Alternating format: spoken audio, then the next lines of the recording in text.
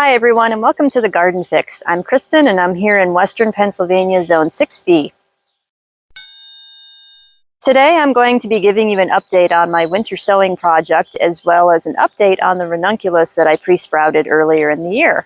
So starting with the update on the winter sowing, if we take a look down here and you remember from the video that we did earlier in the year, I think the end of January, started off with just these 3 containers with the clear lids. As you can see from there, I've expanded quite a bit. And the reason why is just because I had the extra containers and I had some more seeds I wanted to start, and I thought I'd kind of do the old method as just a fail-safe if the new method I tried wasn't working. So let's first talk about the winter sowing in the Jiffy pots. Now, I have decided that the Jiffy pots are a no-go for me, and I'll tell you why. They dried out way too quickly, and it was just a fight to keep them hydrated in the container, even with regular rainfall and supplemental watering.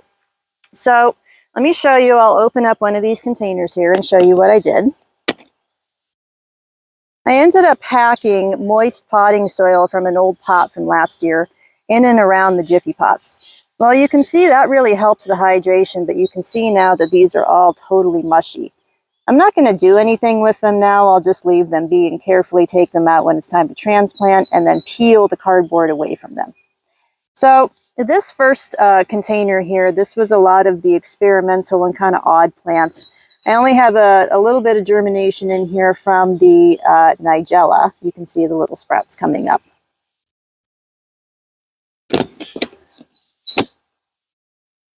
In this container, I've had a little bit more success with the burnet, which is an herb, and that has germinated quite well. Let's see, I have the Korean mint agastache that's germinated, and the golden hyssop had germinated, but I don't see anything going on with that right now. It could be because it's super wet. So let's check the next container. Okay, so here I have good germination from the dark grape poppies. And let's see. Doesn't look like a whole lot else. So these need just a little more time. Okay. So next let's talk about these other shoebox containers that I have here, which you might be wondering about because they have a solid lid. And I did talk about the importance of having a clear lid.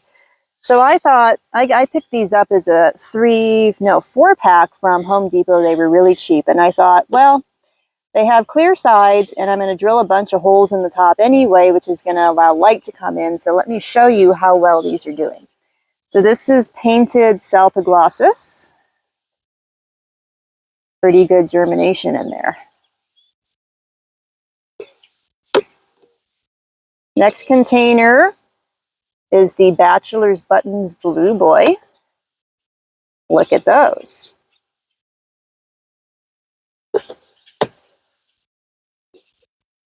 In this container, I have Pink Evening Primrose. Good germination there.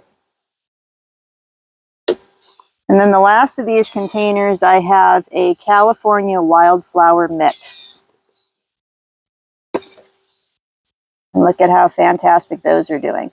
I'm going to have to leave the lid off pretty soon because they'll get too tall in their containers, and these are very close to being able to go out in the garden. So next, let's take a look inside some of the traditional milk and water jugs to see what's going on. So this first one we're going to be looking at here is stock. And there's a little seed sprouting in there. And in this bottle, I have Liatris. And I see some sprouts in there.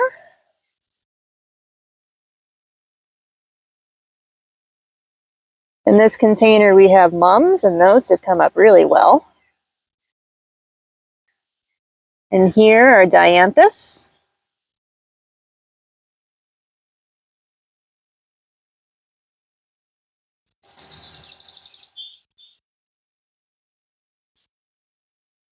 And here were a couple early sprouts of Ganzia. We'll see if they can hang on.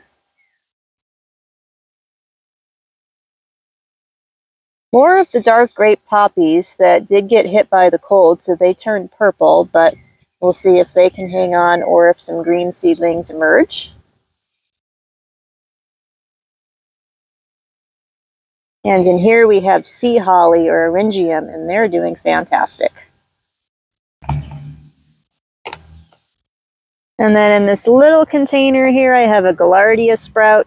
I will watch this very carefully because the lid is very shallow, and I'll take that off as soon as it's necessary for that guy to grow. So I'd say I've had pretty good germination so far. Not everything is up, not all the containers are up, but what I've figured out, I think, from this experiment is, and especially since a lot of the Jiffy pots have not germinated yet, and that could be because they have dried out and I wasn't able to keep on top of the moisture. I don't think I'm going to try that method again. The tried and true method of just using plastic containers is really the best way to go. So next, let's check in and see how the ranunculus are doing.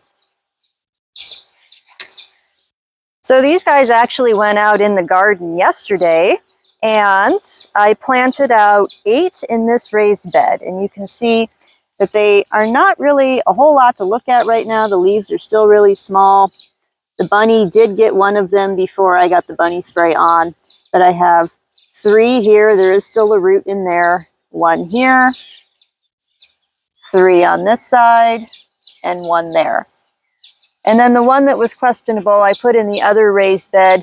It kind of had died off a little bit, but the roots were still really white and still looked good. So hopefully there's a chance that they'll still come back. So those I had also, if you remember, put in the cardboard Jiffy pots. And those I also had to struggle with keeping them hydrated. And it actually made the soil dry out to the point that it did not want to stay hydrated. So I did kind of the same thing in the interim. I put them in another container that was surrounded by moist potting soil until the weather was good enough that I could get them out of the containers and into the garden, which I think they'll have the best chance, even though they're small right now. So I am swearing off next year the Jiffy pots. They are not worth it to me. Plastic definitely retains moisture better and is better for starting your seeds, corms, and tubers. Coming up in April, I'm going to be pre-starting dahlias, cannas, and all the other tubers that I overwintered. Plus, we should have some shipments of plants arriving soon. And I have some seeds going in the house that hopefully in a month, they'll be ready to come outside as well. So that's all for today. Thanks for watching, and please subscribe if you haven't subscribed already so that you can stay tuned with updates and follow along as the garden comes alive. Until then, we'll see you in the garden.